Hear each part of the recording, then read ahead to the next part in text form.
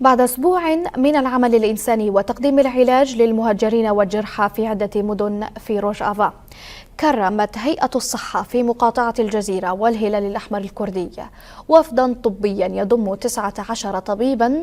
قدموا من إقليم كردستان تقديرا لمهامهم الإنسانية. وأمضى الوفد الطبي يومين في مدينة ديريك، حيث زار مراكز إيواء المهجرين واطلع على أوضاع الجرحى واحتياجاتهم الصحية،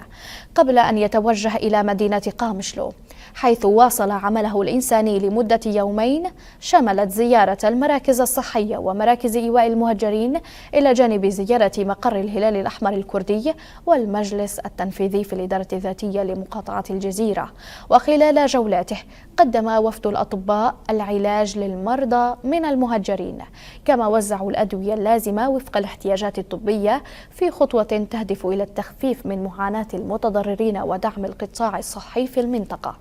هذا ومن المقرر أن يتوجه الأطباء اليوم إلى مدينة ديريك على أن يعودوا إلى إقليم كردستان يوم غد السبت.